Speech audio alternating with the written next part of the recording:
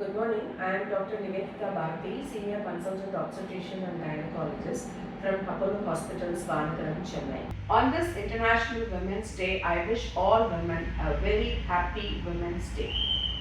3 doses of vaccine. But the WHO has now simplified the vaccine schedule as to say that before 20 years of age, if you give 1 dose, it is enough. And beyond 20 years of age, if you give 2 doses at the gap of 6 months, it is more effective. By doing this, we will be able to cover more number of people, a wider coverage and better compliance with it, and it will be effective in preventing the cervical cancer in the long run. And if you vaccinate both genders, boys and girls, men and women, then we will be able to eradicate the disease in the long run. So this is with regard to the primary prevention of cervical cancer. So what happens if somebody has got the early stages, early changes of cervical cancer?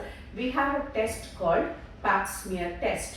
Pap smear test is nothing but an outpatient test that is done by the gynecologist during an outpatient visit by the woman, and it is a simple test, very cost effective, and what it does is it detects the changes that happen in the cervical cell, that is the cell in the mouth of the uterus, well before it becomes a cancer cell. For you to understand, to make it simple, for a normal cervical cell to become a cancer cell, it takes about 10 to 15 years. The pap smear test detects the changes that happen even before the cells become totally cancerous cell. So in that way, we can detect the problem in a precancerous stage itself. What is the benefit if you detect it at the precancerous stage? If you detect the changes in the precancerous stage itself, give them local treatment, meaning not necessarily you have to remove the uterus.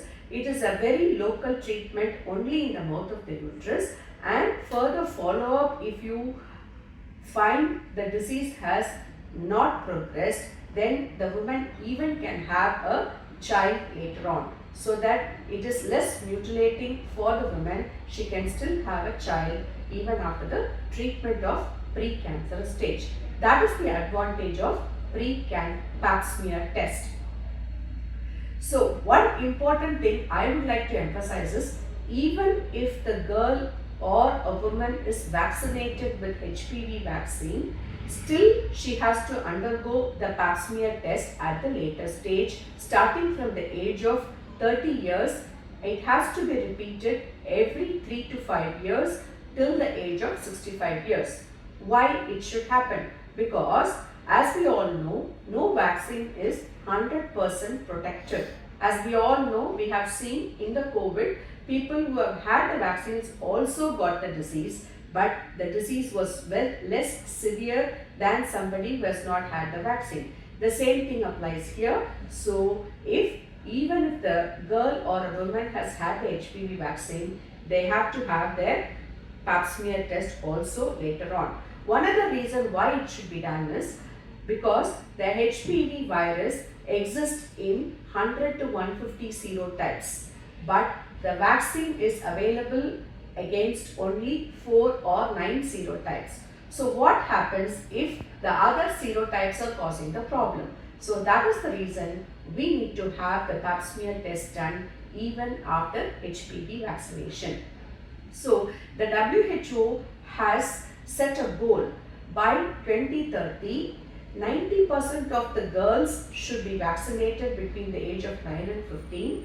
70% of the women should have their screening test done at least twice in their lifetime, once at 35 and once at 45 years. And 90% of the women who have the early disease should have appropriate treatment.